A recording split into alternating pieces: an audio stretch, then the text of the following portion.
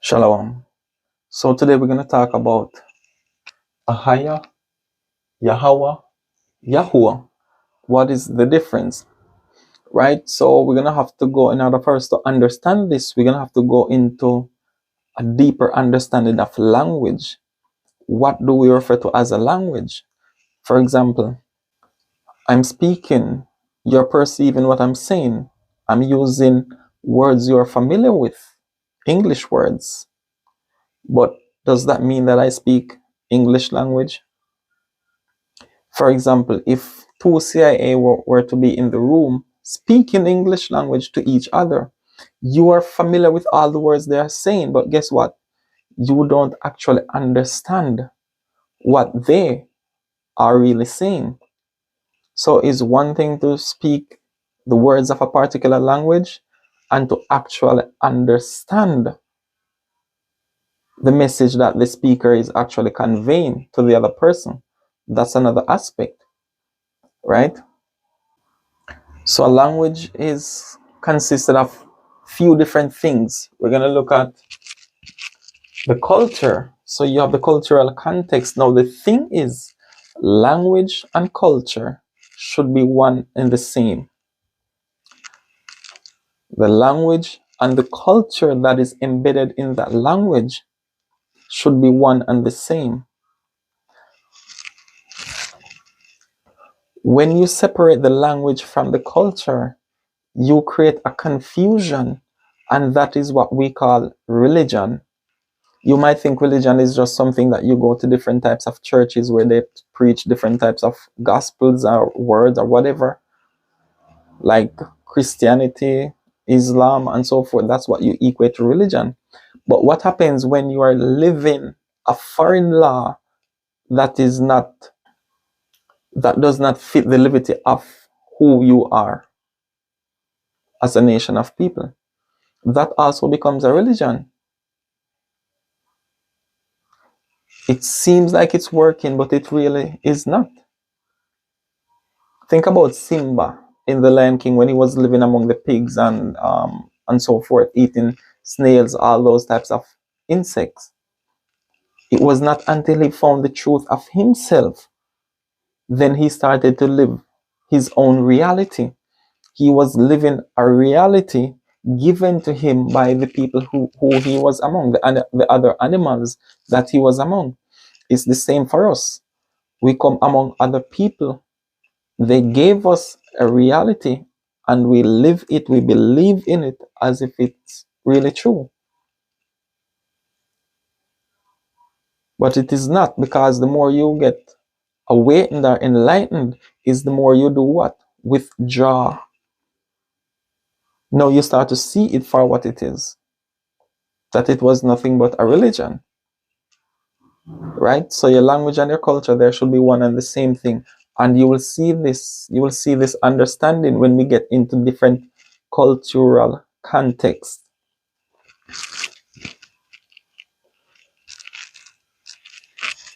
So the language consists of meaning, linguistic context, situation context, grammar or structure, morphology, syntax, or vocabulary words.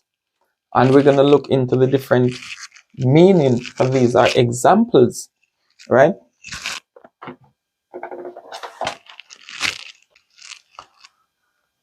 Now, when you're dealing with the meaning of a language, you're dealing with the information or the context that the speaker intends to convey. Because sometimes somebody can speak to us, the message that we conveyed is not the intention of the speaker. It happens a lot. And this also happens when you're dealing with two different languages. So what is uttered in one language and what is interpreted from another can create confusion, because we're placing our intention on the speaker when he's speaking from his cultural standpoint. And we're going to get into examples of these things, right? Now let's look at linguistic context. Linguistic context is you understand the meaning without relying on your assumptions. This is where the Most High always say, lean not on your own understanding. Don't lean on what you were taught in this culture that you were born into. Go beyond that thinking and perceiving and feeling. Come to my understanding. Come to my standpoint. Come to my reality and perceive the understanding. For example, when you're dealing with translating from one language to another, guess what? You cannot translate word for word because it will not make sense in another language. This is why you have to also translate what? You have to translate concepts. And this is a mistake that I used to make when I was using the Italian language back then, right? Because I was thinking in English and translating to Italian to speak to the Italians.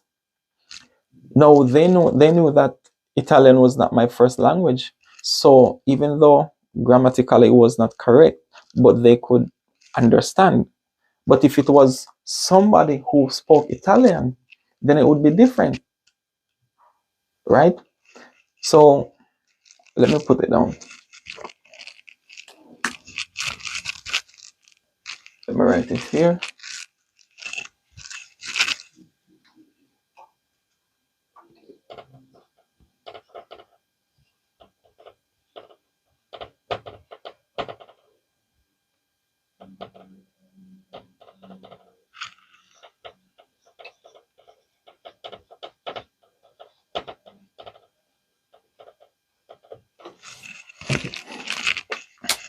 So that's the question. Can you take a photo for me? I usually ask this in the same way how we speak in English culture, because in English we say, can you take a photo? If you're asking somebody to take a photo of you, in English we say, can you take a photo? Right? Take. The problem is in Italian, they do not use the verb take. They say, can you do a photo or can you make a photo? And there, the infinitive would be changed from take to make. So you cannot think in English and translate to a foreign language. It does not work because the concepts are different. And it's the same thing with the Hebrew. One concept might exist in the English that does not exist in the Hebrew. One concept might exist in the Hebrew that does not exist in the English language. So we have to be mindful. So in order to translate this for an Italian person to understand, you would have to say,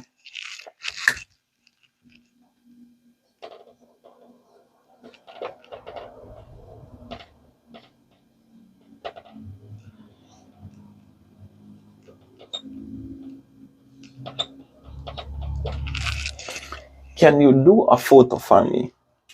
Not can you take, because this concept does not exist in that language, right? So let's come back to the Hebrew.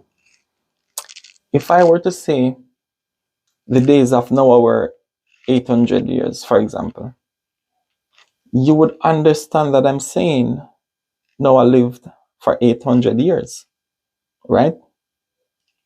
The concept is mutual. If I were to say the days of unleavened bread were 7 days, you would understand what I'm talking about, right? No, in the English language, there's one concept that exists that does not exist in Hebrew. You will not find a concept of a day being referred to as 12 hours of light and 12 hours of darkness. You will not find it anywhere in the scriptures where that concept is given. The word day is used in the context of a period of time, a season, like you say, the Feast of Unleavened Bread, the Feast of Tabernacles, a season, or in terms of many years. But you will never find it's referring to a period of 24 hours, because that concept does not exist in Hebrew, in ancient Hebrew. So now a person can say, in the English culture, I spent a whole day, right? And you're thinking 24 hours. In the Hebrew, we would say, I spent one day, one night. We don't talk in that way. That thought process does not exist in the Hebrew. It's the same as in the English culture. People can say, oh, I am the father and the mother. You know, a lot of women would say this. In the Hebrew, that thought process does not exist, because we understand what the father is, we understand what the mother is, right? And even for the women who are lesbians, right? And they portray more of a manly character, dress like the men, they look like the men, and do whatever like the men. But guess what? They cannot, in the Hebrew culture, they cannot say they are men. You still see a period, you're still able to have a child, you're still able to get pregnant. So that thought process does not exist in the Hebrew.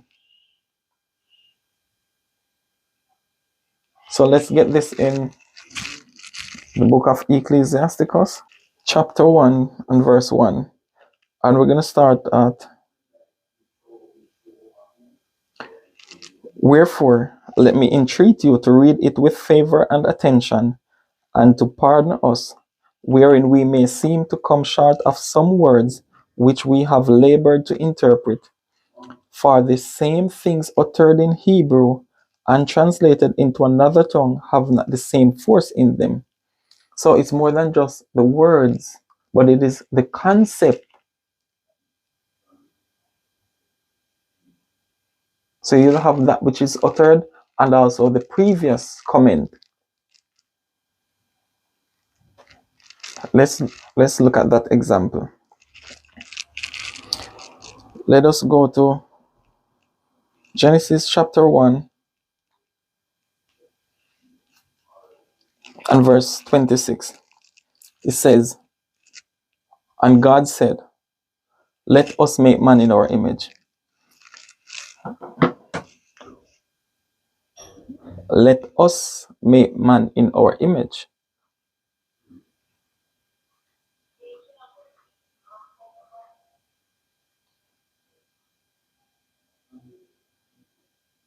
So the utterance in question is, let us make man in our image. Now, when you go to the previous comment, it says, and God. God is singular. So what is that telling you? You see, because it's in the Bible, a lot of people cannot understand it. But if they were reading it from a newspaper or magazine, they would say, oh, this is grammatically incorrect. But just because it's in the Bible, people will find all types of way to justify it. Because what? In the Hebrew, we can say AHAYAH. But AHAYAH is a plural, meaning more than one. When you come into English, if you say the word God and make it plural, it becomes pagan by interpretation. And this is why you have this statement, and God said, let us make man. So you have a singular subject, but it becomes plural over here. Right? So these are the things that you're dealing with when you translate from one language to another. You're dealing with one concept, because in Hebrew, it's okay to say gods. In the English culture, it is pagan by interpretation. So let's go back to the book of Ecclesiasticus chapter 1 and verse 1. It says, for the same things uttered in Hebrew and translated into another tongue have not the same force in them. And not only these things, but the law itself and the prophets and the rest of the books have no small difference when they are spoken in their own language. Like I said earlier, with the context of day. A 24-hour period of day does not exist in the ancient Hebrew culture. It exists in the English culture. And people will even be using Hebrew words with English culture, which is still chaotic. This is why I said a language is more than just to say, oh, I speak Italian, I speak French, I speak. There's a difference with using English words and speaking actual English language. I speak Italian words. I do not speak Italian language. Poi fammi una foto. These are Italian words, but it doesn't mean that I speak the actual language. If you write it, can I read it? Yes. But it doesn't mean that I speak the actual language. It doesn't mean that I understand the culture of the language, the meaning of words, the linguistic context, situation context, the grammar, morphology, syntax. It doesn't mean that I know all these things. Right? So it says, for the same things uttered in Hebrew and translated into another tongue have not the same force in them. And not only these things, but the law itself and the prophets and the rest of the books have no small difference when they are spoken in their own language.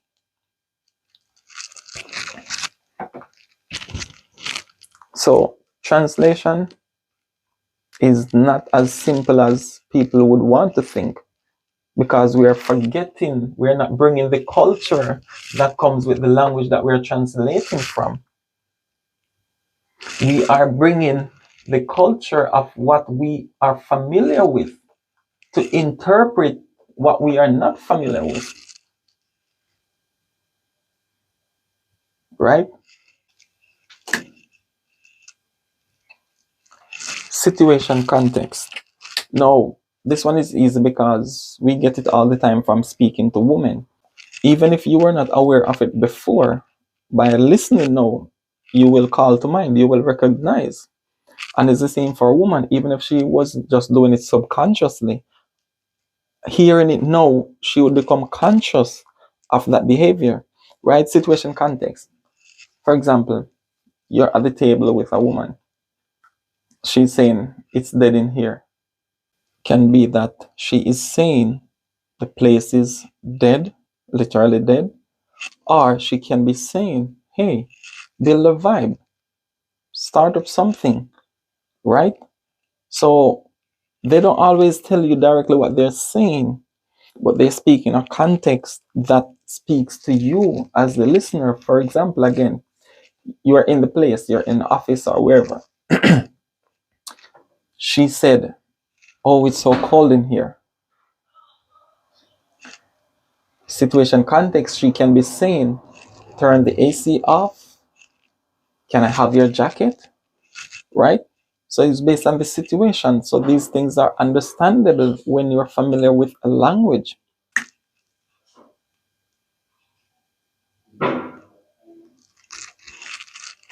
No, grammar or the structure. This goes into the way words are used, are structured in a sentence, right? So for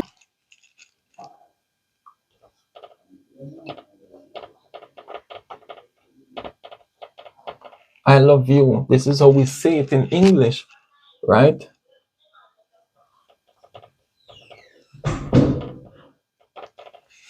Ti amo in Italian, you, I love. You see, it's different the way it's structured. Now look at this one.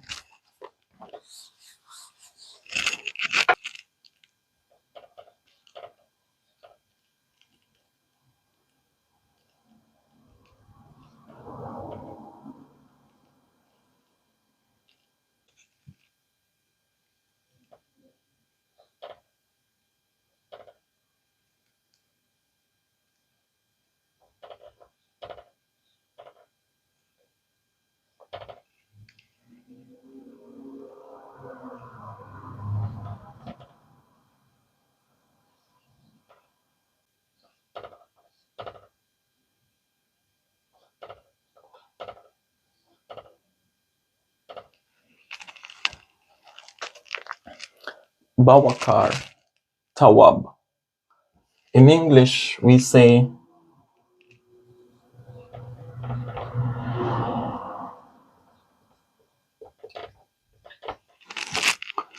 good morning. So in Hebrew, it's like saying morning good. So this is just different ways how grammars are used in different languages.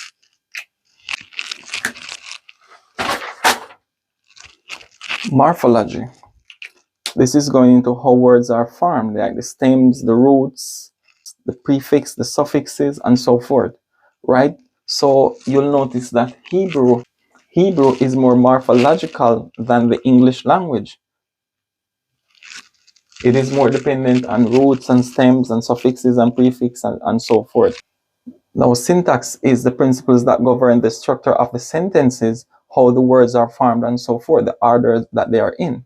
It's similar to grammar, but they have their differences.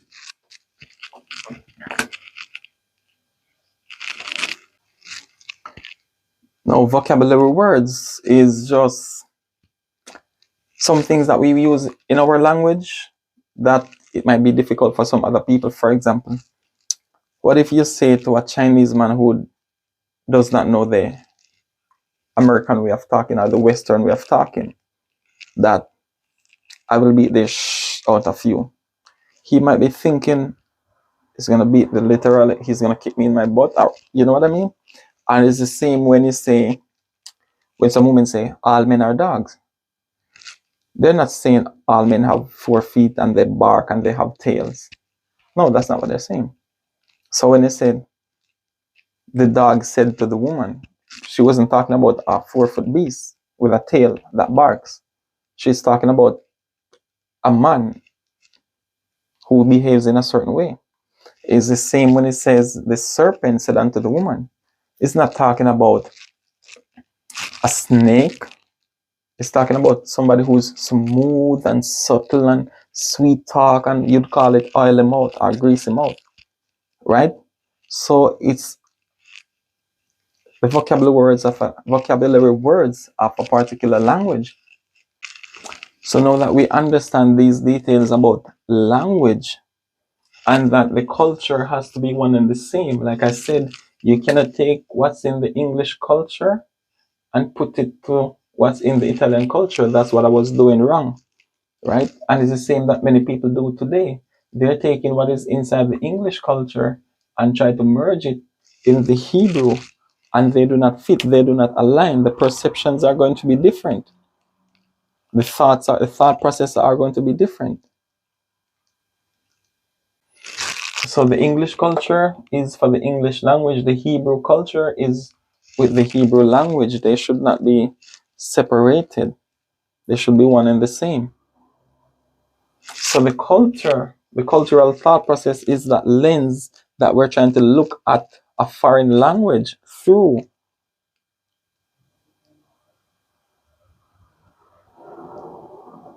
So in order for us to see this language and culture for what it is, we have to first see beyond the veiling of our own perceptions.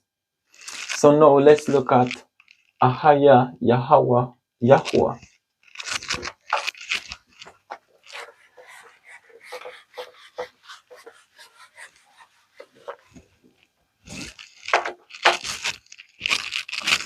Now we're going to deal with this first, YAHAWAH, YAHUAH, because it's easier. It's the same language, you're just dealing with 2 different dialects. It's the same, for example, in Jamaica.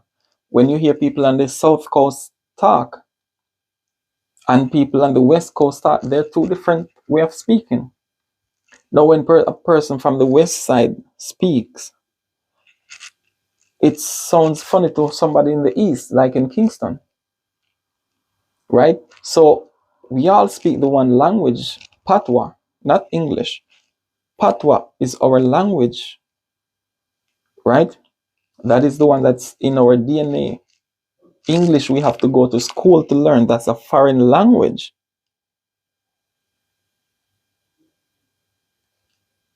This is why we haven't grasped the culture of that language. So we all speak Patois, but we speak different dialects, but we still understand each other. In some countries, sometimes it's hard to understand different dialects. For example, in Germany, they all speak Deutschland, right? However, the people in Bavaria, they speak a very different dialect that sometimes the other Germans cannot understand, right? So the difference with Yahawah and Yahuwah is that the letters are the same, but the pronunciation is different. For example, if you have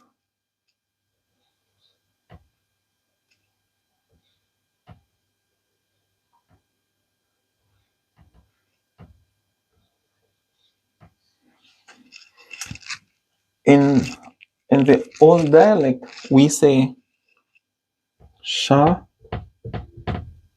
la, wam, wam.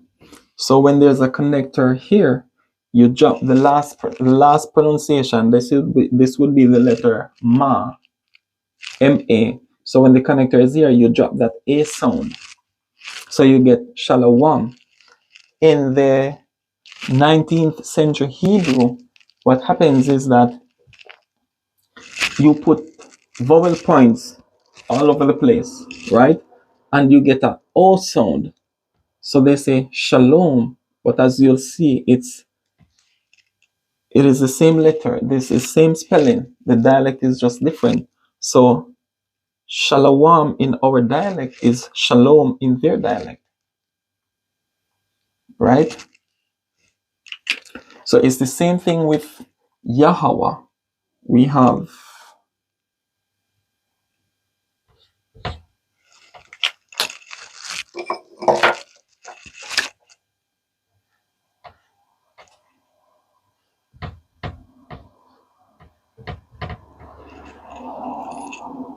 the wa sound, but they have a U sound with their dialect, with their vowel points. So they get Yahu. They get a U sound. We have a wa sound. So it's really the same letters, just different dialect, right?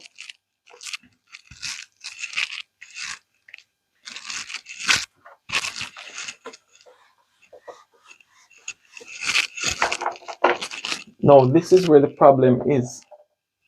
When it comes down to verbs, the infinitive, and conjugating verbs, you have to first understand this concept in your own tongue. Because if you have somebody teaching you Hebrew names who does not understand conjugation of verbs in his language, it's going to be a problem. And he has to also understand in that language that he's translating to or from, right?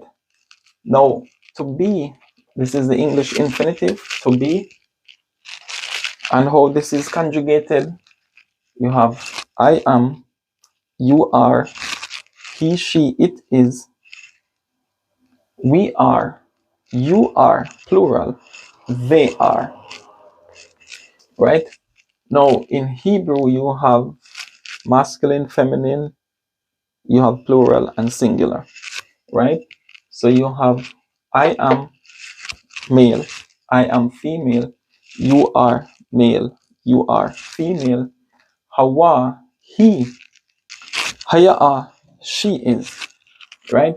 You don't really have this concept in the Hebrew. However, it takes on forms like that. So you're speaking about the tree is going to be that, right? So you don't really have the it is type of thing in the Hebrew. The tree that, the cloud that, and so forth. No, we are not now. We are. You are plural. Atham. Atham. And this lets you know that masculine is involved. Males are involved, or even one male. Athan is a group of females, right? They are ham.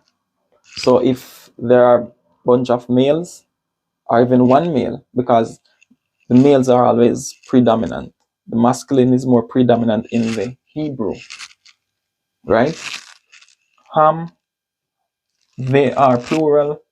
Han, they are plural. Now the problem with this is Hayah,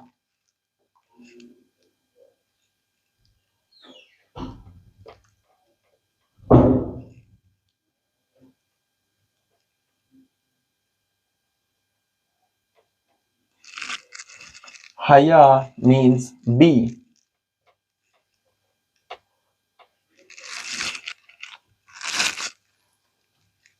Hayah means be. Now there's nowhere in the Bible this word is translated as the name of the Most High. You will never find it. It does not exist. And this is one of the cases where a lot of people rely on the Strongs to get the understanding rather than relying on the cultural context of the language to get the understanding. Let's look at this statement.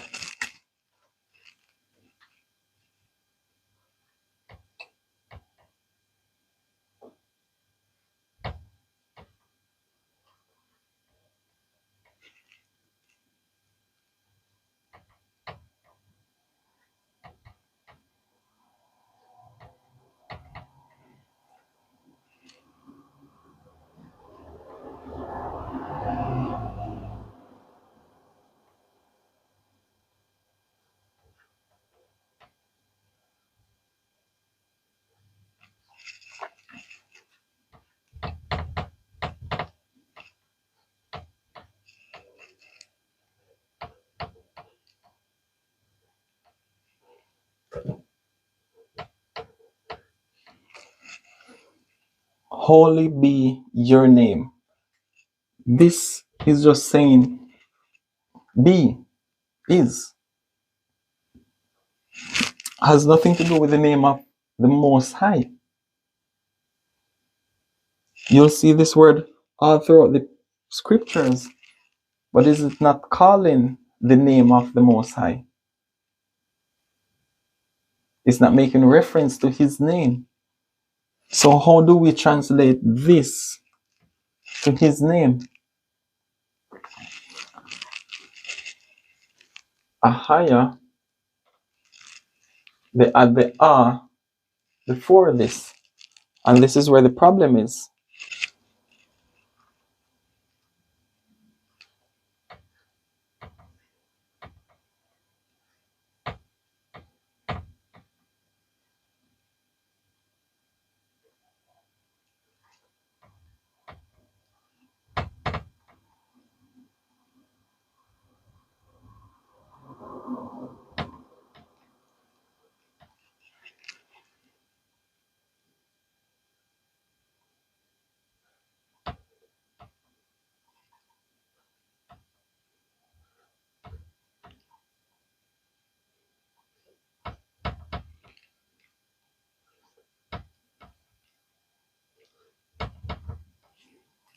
Ahayah, Ashar, Ahayah.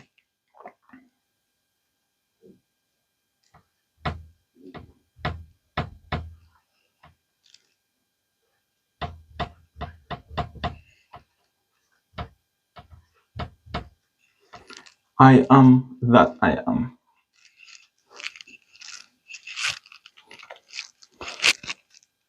In any language, the only person that can call me I is me. If you go to somebody else and speak to them about me, you cannot use the term I. Otherwise, you'll be speaking about yourself. When you're dealing with a third person, you have to deal with he, masculine singular.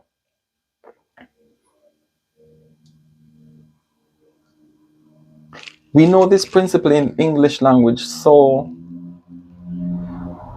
if we don't know it in Hebrew, we should seek proper understanding in case you might think the principle is changed.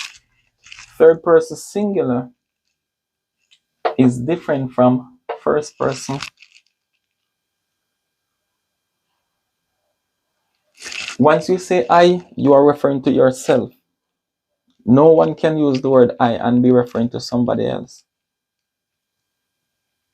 And even if you're talking about yourself in the third person, you still don't say I. You still refer to yourself as he, as if there's actually a third person.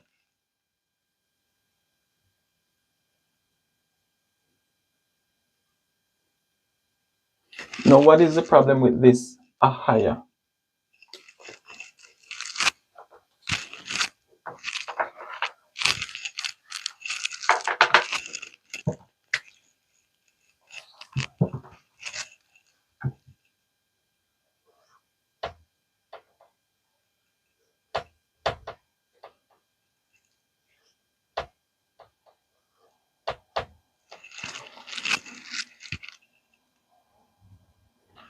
This is Yah, which most of us call him when we say it in short, Yah. And you find it throughout the scriptures, right? Yah. What does this character mean? Ha. The. Right? So this is Yah. This is the. And this is I.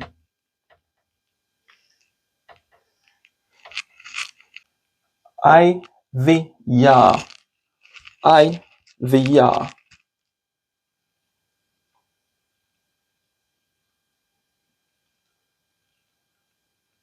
So how do you put this together and get AHAYAH and say it's making reference to the Most High? If Moses went to the children of Israel and say AHAYAH, he would be talking about himself. He's no longer talking about the third person. This is why he said, when you go to them, thus shalt thou say, the YAHAWAH, YAHAWAH, not AHAYAH. Because if Moses was to say AHAYAH, he would be talking about himself. We all know this principle in English language.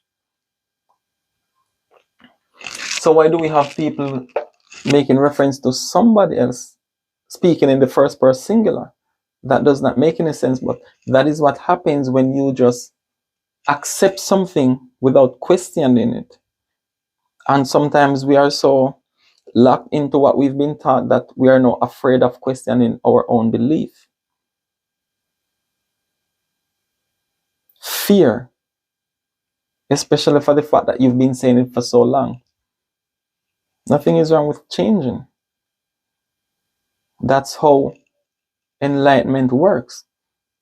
You find a new understanding, you let go of the old, you start to endorse this one. You get more mature in understanding, you find out, oh, this doesn't work anymore. This is the truth. And you take it and you go on and you discard this and you take on to a higher truth and higher truth. And that's how you keep doing it. You go on to the higher consciousness until you find that supreme truth, that supreme reality.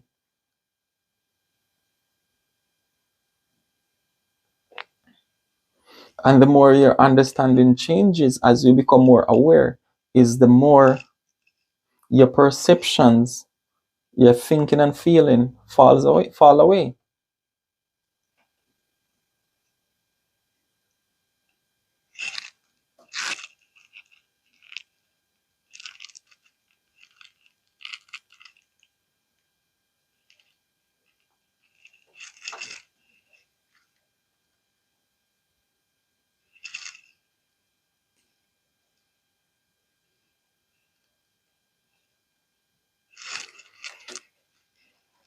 When you're using the Hebrew concordance, it is important for you to understand what you're really dealing with. Because if you don't understand how to use it, you will cause confusion on yourself and others that you are teaching, others who are more vulnerable or who are young into it, who do not understand anything about Hebrew. The word haya is used in many cases, many instances, but never making reference to the Yah of Abraham, Isaac, and Jacob. Shalom.